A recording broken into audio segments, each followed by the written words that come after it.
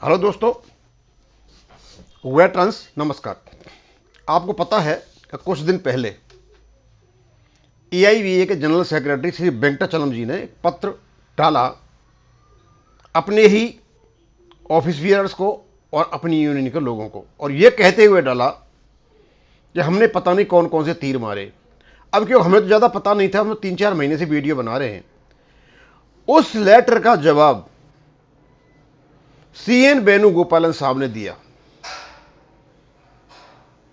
आपको पता है कि वो एडवोकेट हैं और एक ऐसी पर्सनैलिटी है जिनको नॉलेज है, और जो जवाब उन्होंने दिया बड़ा लंबा चौड़ा जवाब है।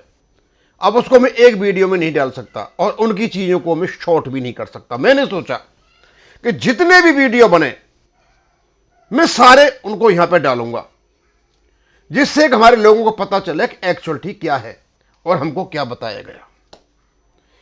पहला वीडियो ये डाल रहा हूं और कम से कम ये 7-8 वीडियो में आएगा। मैं तो कोशिश करूंगा डालने की और आप कोशिश करना समझने की। ये जो ने कहा ना हमने बड़े बड़े तीर मारे हैं, उन तीरों की हवा निकाल रखी है वेणुगोपालन साहब ने, क्योंकि वो सीनियर आदमी है, सब कुछ जानते हैं, सब कुछ उनके सामने हुआ है। अब हम चलते हैं यहां पर।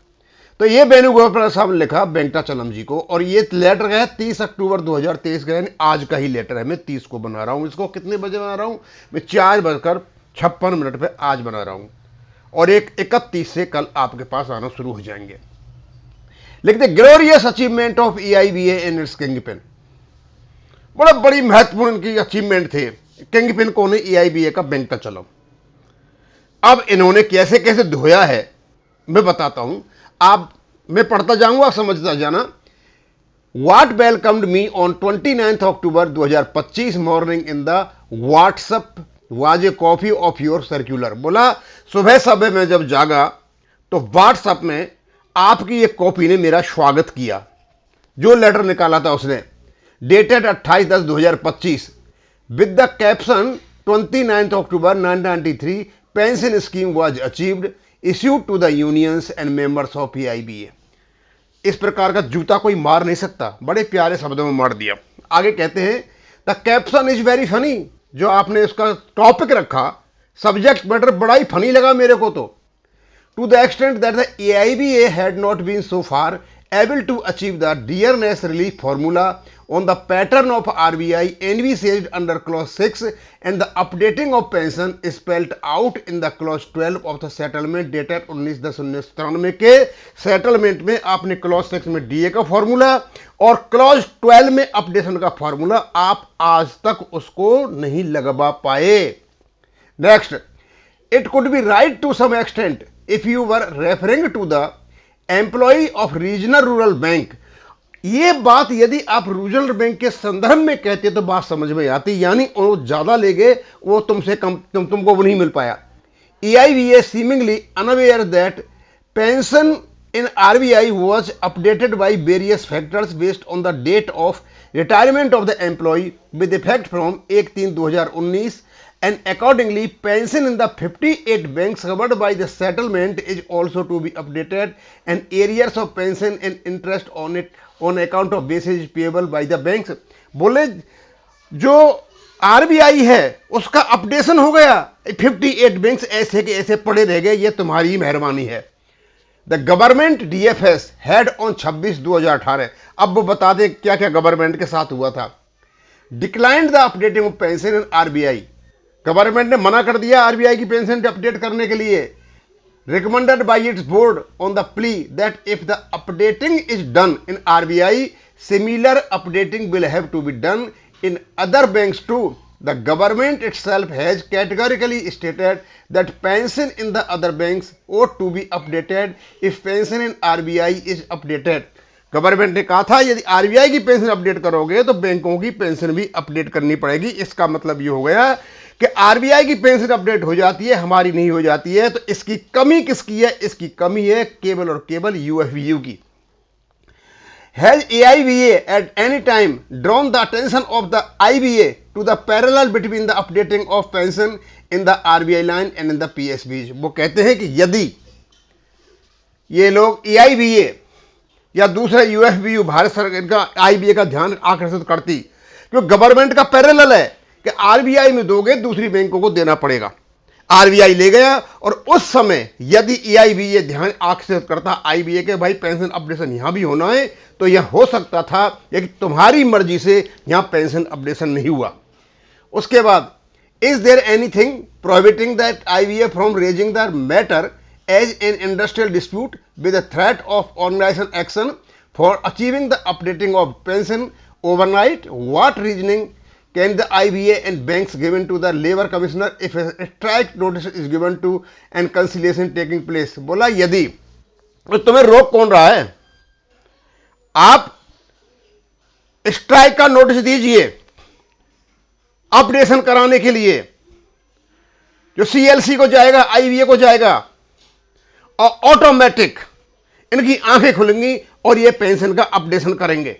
क्योंकि पेंशन का अपडेशन चलो तुम्हारे रेगुलेशन से नहीं हो रहा, तो ये तो हो रहा है आगे।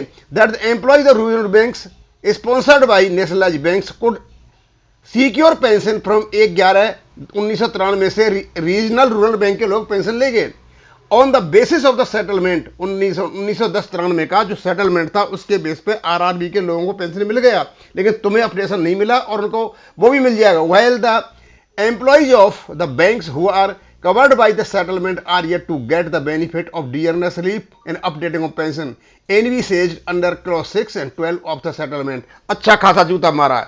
Next, accordingly to you, the valuable social security benefit of pension was achieved by the AIBA on account of the visionary leadership of Comrade Tarak। आप कहते हो कि जो सोशल सिक्योरिटी का जो मैटर था पेंशन का, जो विजनरी लीडरशिप थी आपकी तारकेश्वर चक्रवर्ती, उसके माध्यम से लिया गया। इसके बारे में इन्हें बताया कि रियलिटी क्या है। It is not a fact, ये सही नहीं है। That in the reserve bank of India pension scheme came through the pension regulation 1990। 1990 का जो रेगुलेशन है आरबीआई का, उसके माध्यम से, और क्या नाम, आरबीआई की पेंशन, ये सही नहीं है। तो फिर सही क्या है वो बताते हैं। Obligatory on the part of the bank unions to claim similar benefit in the state-run bank to the worthy of their extent. Before the pension scheme came, जब पेंशन स्कीम आई उस समय क्या था? Pension existed in the State Bank of India and Allahabad bank.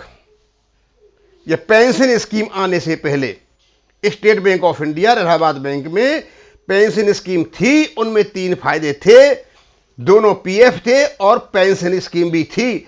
Main कारण pension आने का बैंकों में ये था, ना कि बैंकों में पेंशन आने का कारण कोई दूसरा कारण था, या तुम्हारी विजनरी लीडरशिप थी। And this could provide the reason for the unions associations to demand pension. और क्योंकि एसबीआई में और इलाहाबाद बैंक में पेंशन थी, ये कारण था आपकी यूनियंस का पेंशन स्कीम लाने का। वहां 3 फायदे थे। लेकिन तुम लोगों ने क्या किया? As a third retirement benefit, और ये एम्प्लॉयज के लिए थर्ड रिटायरमेंट बेनिफिट था। ये तो था ही नहीं कि आपका पीएफ काट करके आपको पेंशन देंगे। पीएफ भी मिलेंगे दोनों, जैसे आरबीआई मिलते हैं, आपको पेंशन भी मिलेगी। इस प्रकार का विकल्प था स्टेट बैंक ऑफ इंडिया में और इलाहाबाद बैंक में। ये बिल्कुल सही बात है। इलाहाबाद बैंक में पेंशन थी पहले, उसके बाद pension third retirement for the employ. Though this was done at the last lap of the negotiations. और जब अंतिम चरण आए थे विचार विमर्श के निगोशिएशन के, AIBA allies slip down. AIBA और इसके साथ देने वाले लोग थे वो झुक गए, और झुक कैसे गए? And agree to pension as a secondary, और पेंशन के लिए राजी हो गए, सीपीएफ के बदले पेंशन दे दो।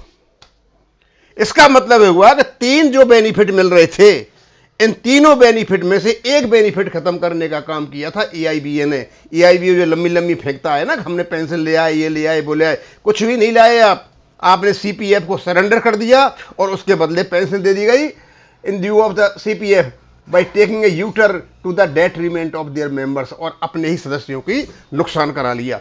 ये है असली कहानी। हाँ जी वेंकटाचलम साहब, अब हम जानना चाहेंगे क्यों इन चीजों को हमें पता नहीं था। और वेणुगोपालन साहब ने अभी उनका इस केवल और केवल आपकी ग्लोरियस अचीवमेंट का गुणगान हुआ है यहां पे, और ग्लोरियस अचीवमेंट उन्हें बता दी कि आपका तारकेश्वर चक्रवर्ती का भी कोई बहुत बड़ा रोल नहीं था। आप लोगों ने जो एसबीआई में और इलाहाबाद बैंक में जो थर्ड बेनिफिट के रूप में पेंशन मिल रही थी उसके आधार पर चल रहे आपने पेंशन मांगी थी, लेकिन बाद में जाकर के आपने सीपीएफ के बदले पेंशन ली और एक हक को छोड़ दिया, यानी सीपीएफ के हक को छोड़ दिया। यह है आपकी असल कहानी। दूसरा ये कहते हैं कि जब भारत सरकार, जब आरबीआई की पेंशन अपडेशन हो रहा था तो गवर्नमेंट ने मना कर दिया था कि इसी प्रकार की डिमांड दूसरी बैंकों में उठेंगी, क्योंकि राइट डिमांड थी, भारत सरकार जानती थी। लेकिन उस समय यदि आप लोग आईबीए से कहते कि इसमें पैरेलल है और स्ट्राइक की धमकी देते तो शायद उस समय पेंशन अपडेशन हो जाता, लेकिन आप तो पेंशन अपडेशन को रोकने के लिए बैठे थे। सर, आपके कॉमरेड चक्रवर्ती की जो अचीवमेंट है उसको यहां पर वेणुगोपालन साहब के जो कमेंट्स हैं या उनका जो आर्गूमेंट है उसे दूषित कर दिया। यानी इसका मतलब यह हो गया कि 3 बेनिफिट जो पहले मिल रहे थे, जिन पे बातचीत हो रही थी, उन बेनिफिट को त्याग करके आप लोगों ने सीपीएफ को छोड़ करके और पेंशन स्कीम के लिए राजी हो गए थे। इसका मतलब यह हो गया कि तारकेश्वर चक्रवर्ती साहब ने सीपीएफ को छुड़वाया और पेंशन को कराया, और वो भी बात जो कुछ कसर थी अपडेशन की वो आपने पूरी कर दी।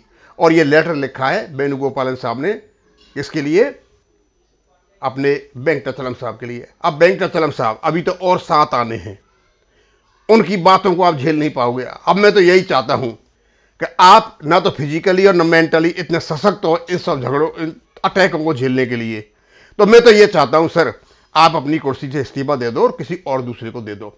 और ये जब सारी चीज हैं, आपके जितने भी रिटायर्ड पेंशनर के फॉलोअर्स बैठे हुए हैं किसी जगह पे, ये उनके लिए भी है। अब इसको यहीं खत्म करूंगा। थैंक यू, धन्यवाद। और आगे का पार्ट आएगा, मैं उसको शुरू करूंगा। थैंक यू, धन्यवाद।